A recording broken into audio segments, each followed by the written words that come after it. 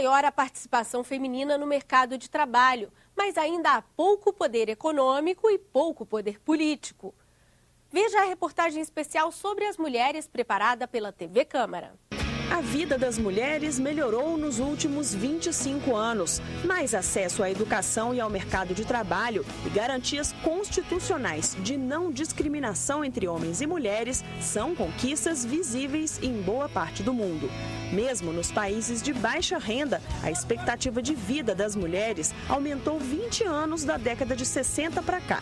As informações são do relatório Igualdade de Gênero e Desenvolvimento, elaborado pelo Banco Mundial.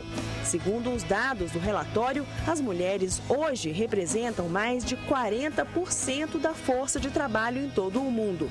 Mas nem tudo são flores. No Malawi, a remuneração da mulher equivale a 90% do que recebe um homem.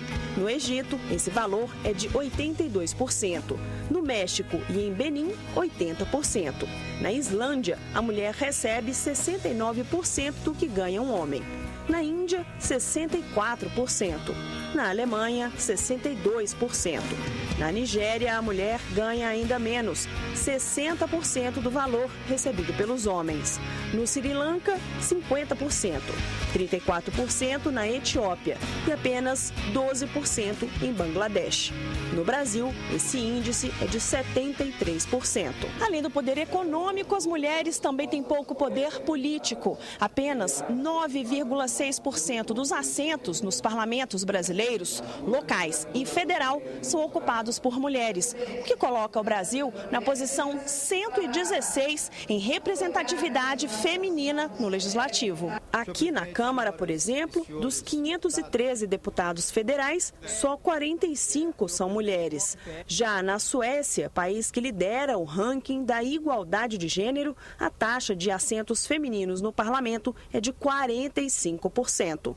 A vice-presidente da casa fala das dificuldades de exercer um cargo político. Não é fácil ser política e ser mãe, ser dona de casa, ser esposa e ter a compreensão. O homem tem que ter muito preparo para ter uma mulher política. A saúde das mulheres preocupa em todo o mundo. Se por um lado elas têm uma expectativa de vida maior que a dos homens, por outro ainda existe um grande risco para as gestantes. No Brasil, a cada 100 mil partos, 58 mulheres morrem. A violência contra as mulheres também é um fato recorrente e os números ainda são assustadores. O relatório do Banco Mundial estima que 510 milhões de mulheres em todo o mundo sofrerão algum tipo de violência de seus parceiros durante a vida. Em São Paulo, por exemplo, a cada hora, 2 mulheres são agredidas. A nossa luta, mesmo que avance, ela terá sempre ainda um caminho longo a percorrer.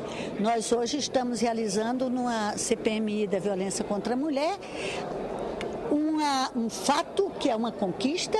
Há uma legislação como a Lei Maria da Penha que fez avançar a consciência da sociedade, do campo jurídico. É uma lei que veio e pegou, mas ao mesmo tempo há uma insuficiência, uma ineficiência nos órgãos que estão aí para implementá-las e fazê-la cumprir. A igualdade de oportunidades entre homens e mulheres passa pela garantia de direitos fundamentais a todos os cidadãos.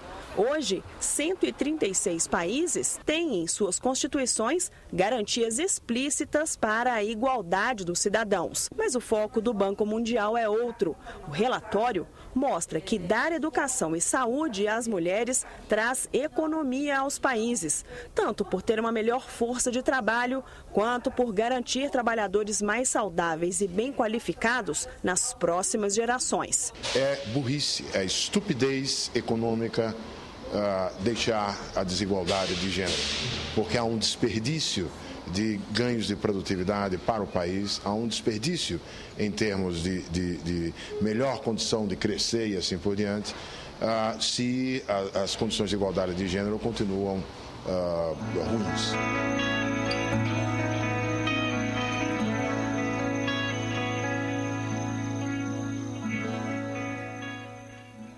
Está nas mãos da Justiça decidir se o governo pode continuar classificando os programas de TV de acordo com a faixa etária.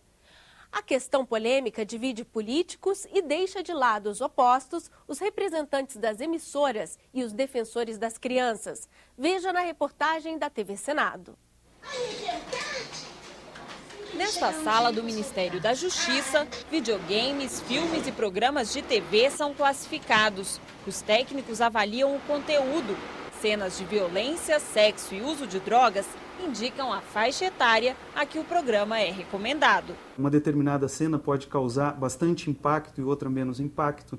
Por exemplo, na questão do sexo, né? Nós temos uma nudez completa, temos nudez velada, temos a possibilidade de haver somente a insinuação de sexo e tem algumas outras em que chega a ter sexo explícito. Depois de classificados, os programas impróprios para menores de 12 anos só devem passar após 8 da noite, 14 anos depois das 9. 16 anos, 10 da noite. E os inadequados para menores de 18 anos devem ser exibidos entre 11 da noite e 6 da manhã. A pena para a emissora que descumprir essas faixas de horário está no Estatuto da Criança e do Adolescente.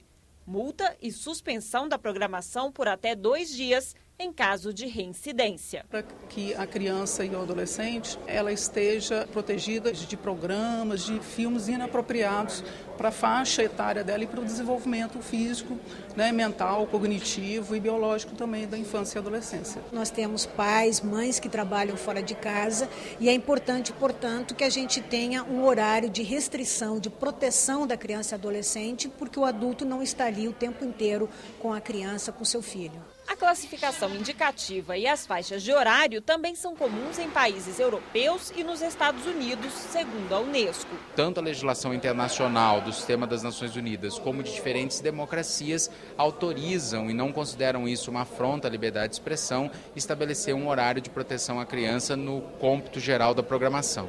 Mas o Partido Trabalhista Brasileiro questiona. O PTB pediu ao Supremo Tribunal Federal que decida se as faixas de horário devem mesmo ser obrigatórias. A família, que é o seio, que é o principal seio da nossa sociedade, ela sim que deve determinar o que os filhos podem ou não ver. As emissoras de TV apoiam a ação e acham desnecessária a multa de até R$62 mil.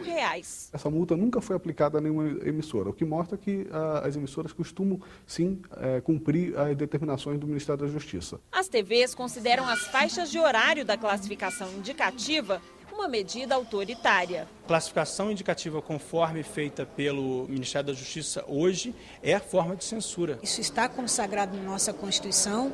Proteger crianças é um dever da família, da sociedade e do Estado. No Supremo, os ministros Dias Toffoli, Luiz Fux, Carmen Lúcia e Aires Brito votaram contra o horário obrigatório. Mas o julgamento foi interrompido por um pedido de vistas do ministro Joaquim Barbosa.